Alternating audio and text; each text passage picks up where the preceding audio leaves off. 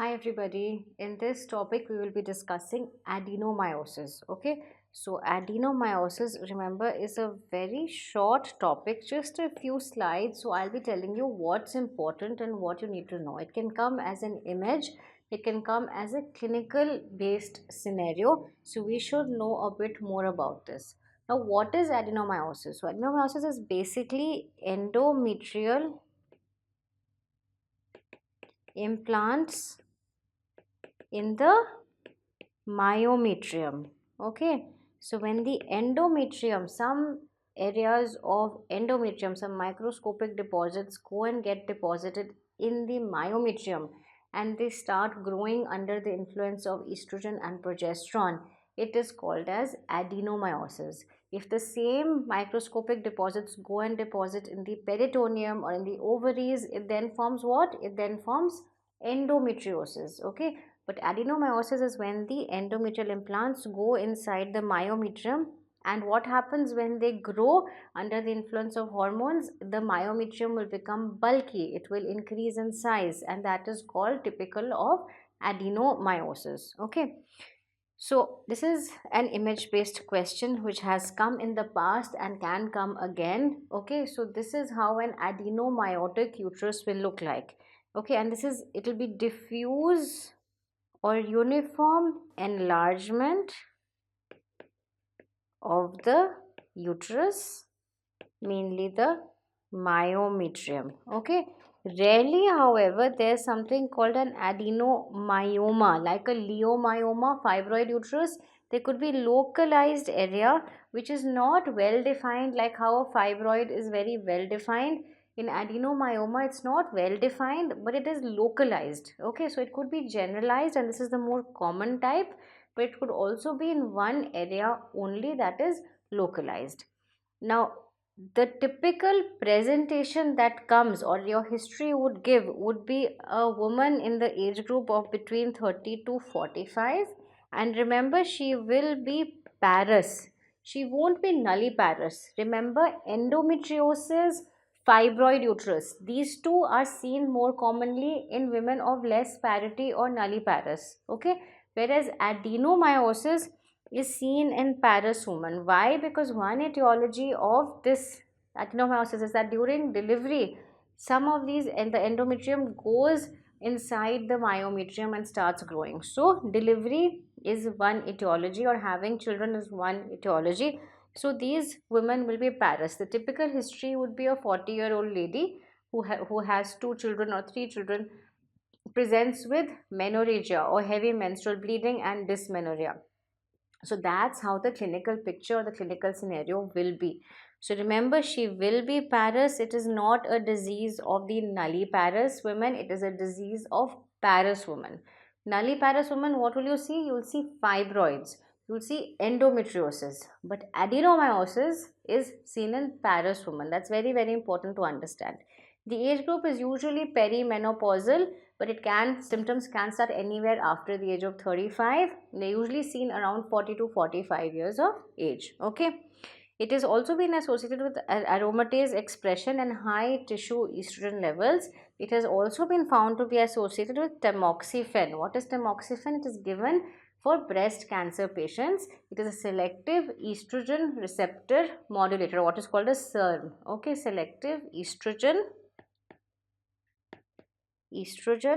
receptor modulator. SERM, tamoxifen has also been associated with what other pathology in the uterus? Also with endometrial hyperplasia and endometrial carcinoma. Okay, it has also been associated. In fact, it's more commonly associated with endometrial carcinoma, but it has also been found to have an association with adenomyosis. I told you the clinical, what is the classical presentation? A woman in her perimenopausal age group with who's Paris, who has children, will come with what symptoms? She'll come with symptoms of heavy menstrual bleeding. Remember, the older terminology was menorrhagia, that is increased bleeding either in amount or in duration in a regular menstrual cycle. So the cycle regularity is maintained, but the flow is heavy either in amount or it is prolonged in duration. That was the olden definition. Now menorrhagia is no longer used. Now we use the term heavy menstrual bleeding or HMB. So she will come with history of heavy flow during her periods. Remember, the regularity is maintained. So regular cycles with heavy menstrual bleeding, that means bleeding either in amount or in duration, okay, and along with this dysmenorrhea, okay. Some women have only HMB, some have only dysmenorrhea, some have both, but these are the two symptoms that you need to know, okay. In fact, these are the only two symptoms adenomyosis presents with. So dysmenorrhea and heavy menstrual bleeding, very important to understand. When you examine her, what will you find? Okay, on abdominal examination, okay, so she may be anemic if she's had a lot of blood loss. On general examination, anemia may be present. On abdominal examination, will the uterus be palpable per abdomen? Does the uterus grow to significant sizes in adenomyosis like in fibroids? No. So the uterus is not usually palpable per abdomen. At the most, adenomyotic uteruses will reach around 14 week size. 12 to 14 weeks is the maximum. That means they may just be palpable or they are not palpable per abdomen. If you get a question, your clinical question gives a clue that the uterus is palpated in the abdomen, it is corresponding to the size of a 16 weeks gravid uterus, then don't think of adenomyosis. Of course, it is a rare possibility, but then think of common things first. Remember, in the exam, they're giving you these clues because they want you to think of common things first. They're not going to give you clinical scenarios with rare situations, okay. So think of adenomyosis only if the uterus is just palpable or it's not palpable per abdomen. But on doing a PV or a bimanual examination, the uterus will be regularly enlarged. Remember this word, regularly enlarged, but still less than 12 week size. That means it's still a pelvic organ. Okay, it's enlarged, yes, you've seen the picture, it's enlarged, yes, but not very big, and it is regularly enlarged. Remember, we're not talking about adenomyoma, we're talking about adenomyosis, which is diffuse. So it is regularly enlarged, okay, as against a fibroid, because your clinical situation will basically ask you how will you differentiate clinically between a leiomyoma, that is a fibroid, and an adenomyosis. Remember, fibroid will cause irregular enlargement, okay, and more than 12 weeks usually. Adenomyosis less than 12 weeks and regular enlargement. But one exception to the scenario where a fibroid can mimic an adenomyosis is when there is a single large submucosal fibroid. Okay, so a submucosal single fibroid can cause uniform regular enlargement of the uterus and not very big again. Okay, so there are always exceptions to the rule, but remember, adenomyosis causes uniform regular enlargement to less than 12 week size. What can mimic this? A submucosal fibroid.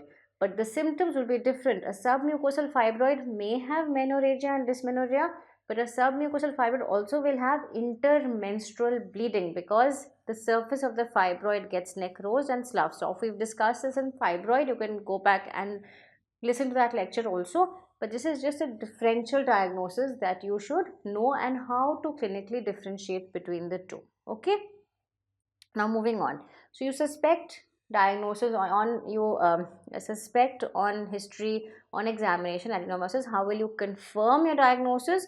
You will confirm by doing a transvaginal ultrasound. Why not a transabdominal ultrasound?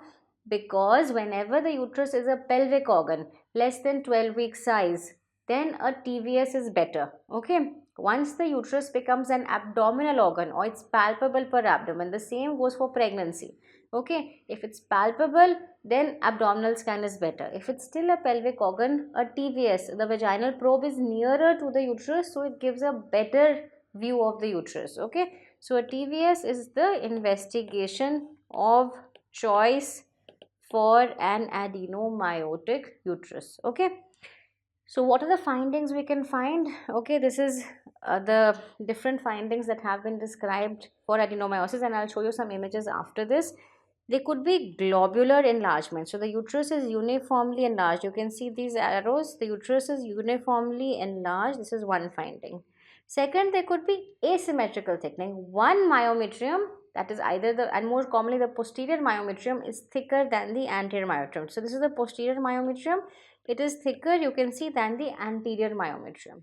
The third thing is you could find cysts in certain areas in the myometrium. These are nothing but endometrial deposits which are bleeding and have blood in them. That's why they appear as cysts, black in color they appear. Okay. Four is there could be hyperechoic islands. So whitish areas, hyperechoic in ultrasound means white, hypoechoic means black. So whitish areas inside the myometrial tissue also may be found. And fan shaped shadowing. I'll show you this how it appears, but you'll see a fan shaped shadowing on a TVS. This is again a feature of adenomyosis. What else? There could be subendometrial lines and buds. So just below the endometrium you can find small areas which are could be lines or could be small dots. Okay, and there could be translesional vascularity. This is on Doppler. They could be in that area where the you're finding those cysts or those lesions. You could be, that could be showing increased blood flow. Okay, very important is this one. There's an irregular junctional zone. Normally when you see the uterus, you can easily differentiate between the endometrium, which is the central line, and the myometrium. But this, well, this definition gets disturbed, gets distorted. So there is an irregular junctional zone. This junction is basically the junction between the endometrium and the myometrium. This gets disturbed in adenomyosis. So very important. So irregular and interrupted.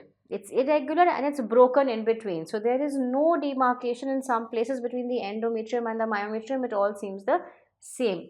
These are the ultrasound features of an adenomyotic uterus. Okay, let's see some of them. Now tell me this, is this a normal ultrasound? Is this a normal TVS or an abnormal TVS? This is a transvaginal scan which is normal. Okay, how is it normal? Let's see. Can you see this outline here? This is the outline of the uterus. Okay, and can you see the E written in the middle?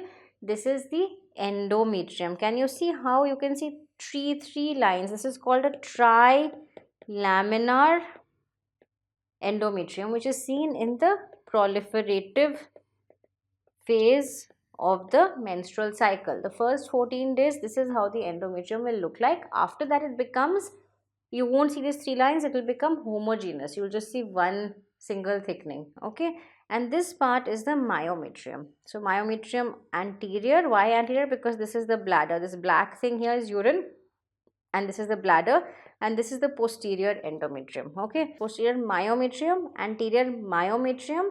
Okay, and this is the endometrium. Okay, so you can nicely see how you can differentiate clearly between the endometrium and the myometrium.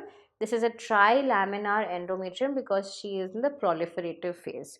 Now let's see some adenomyotic uteruses. See this one. Okay, what can you make out in this picture? Let's see, this is the outline of the uterus. Okay, this, can you see this line here? It's not very clear like in the earlier picture, so it's an irregular junctional zone, but you can make out this is the endometrium. It's not clear, so it's an irregular interrupted junctional zone. And can you see this whole thing here is the posterior myometrium, and this is the anterior myometrium, right? So irregular enlargement of the myometrium. Okay, and here you can see it is posterior. Can you see faintly these fan shaped shadowing like areas? This is that typical fan shaped lesion, a fan shaped description which is there in adenomyosis. Okay, and if you look carefully, you'll see these small lesions here. These are cysts in the myometrium. Okay, so here this is a classical picture of how an adenomyotic uterus will look like. I will just remove the markings again so that you can have a look without the markings, and you can see for yourself how an adenomyotic uterus looks like. Can you appreciate now the fan shaped shadowing? Appreciate how the endometrium is not as clearly separated from the myometrium. Appreciate the posterior myometrium is so bulky compared to the anterior myometrium, and look at these small cystic lesions here. Appreciate this also. This is how adenomyosis will look like on an ultrasound. Okay, let's look at this picture now. Okay, see here again. Here again you can see that the uterus is quite distended. You can't even now make out the endometrium properly, okay, but this probably is the endometrial line, again not sure. So there is hardly any demarcation, it all looks the same. Again, the fan shaped, the arrow is pointing the fan shaped description, which is classically seen, it's an acoustic shadowing which is classically seen in adenomyosis, okay.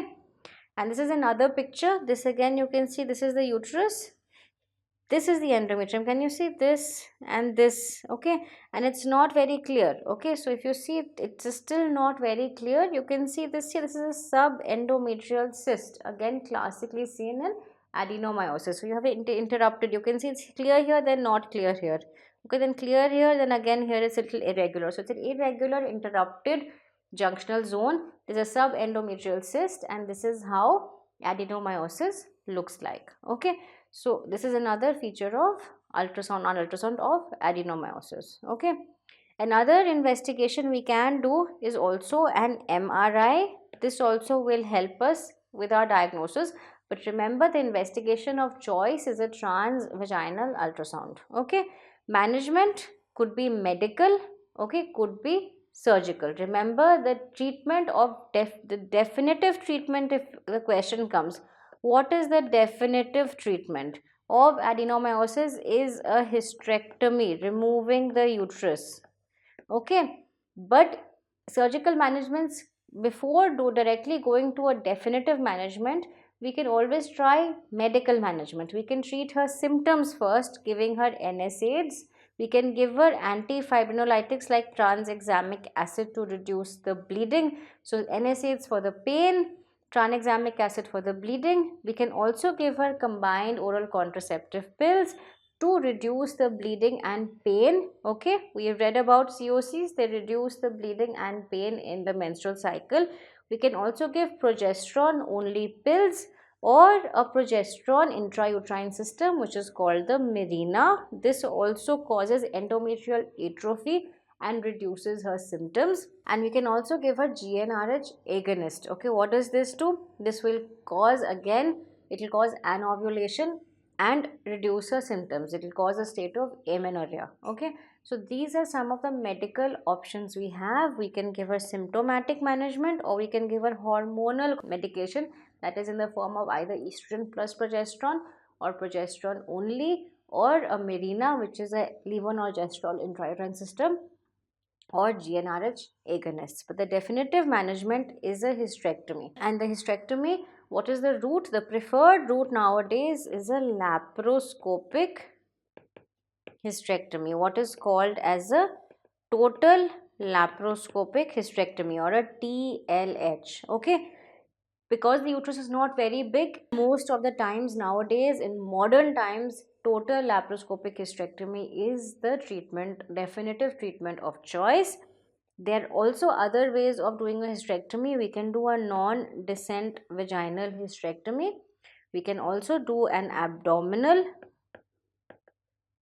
that is a hysterectomy through a laparotomy. We can also do a combination of both, a laparoscopic assisted vaginal hysterectomy. All of these are options, okay. A total laparoscopic hysterectomy, a non-descent vaginal hysterectomy, that is from the vaginal route, but because there is no prolapse, it becomes a non-descent VH, or an abdominal hysterectomy. If you don't have the facilities or the skill or the instruments required for laparoscopy, an open hysterectomy or an abdominal hysterectomy can also be done, and laparoscopic assisted vaginal hysterectomy can also be done. So this is the definitive treatment. So let's quickly recap. It's a very short topic. In 5 minutes you are done with this topic. Let's quickly revise this, not in 5 minutes, in 2 minutes, okay. Definition: endometriotic implants in the endometriotic implants in the myometrium, okay. What are the risk factors? Remember, parity, Paris women are more at risk. Also, tamoxifen is a drug which can cause adenomyosis, also endometrial hyperplasia and carcinoma. Presents with what? Heavy menstrual bleeding and dysmenorrhea, one or either or both, okay. Diagnosis: Ultrasound. Which ultrasound? Transvaginal ultrasound is the investigation of choice. What can you see? This is a normal ultrasound. You can see loss of the junction zone or interrupted junctional zone or irregular junctional zone. That is, the zone between the endometrium and the myometrium is irregular or interrupted. The myometrium is bulky and you have this fan shaped shadowing seen. Subendometrial cysts can be seen, and there is translesional vascularity. There's a lot of vascularity wherever you see these lesions. So this is some of the ultrasound findings. Okay, and the posterior myometrium is usually bulkier than the anterior myometrium on ultrasound. Management, definitive treatment is a hysterectomy. Okay, this could be laparoscopic, non-descent vaginal hysterectomy, open abdominal hysterectomy, or a laparoscopic assisted vaginal hysterectomy. But medical management can also be done, and medical management consists of either giving her symptomatic treatment with NSAIDs or tranexamic acid, which is an antifibrinolytic, or you can give combined oral contraceptive pills or progesterone only pills. This will control her symptoms, reduce the pain and the bleeding. We can also put in a Mirena, which is a levonorgestrel intrauterine system.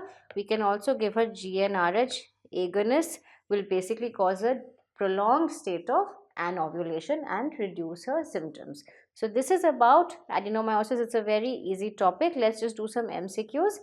The definitive management of adenomyosis is very easy. The definitive management we know is a hysterectomy. Myomectomy is done for fibroid uterus. We can give these two, but they are not definitive. They are just treating her symptoms. Okay.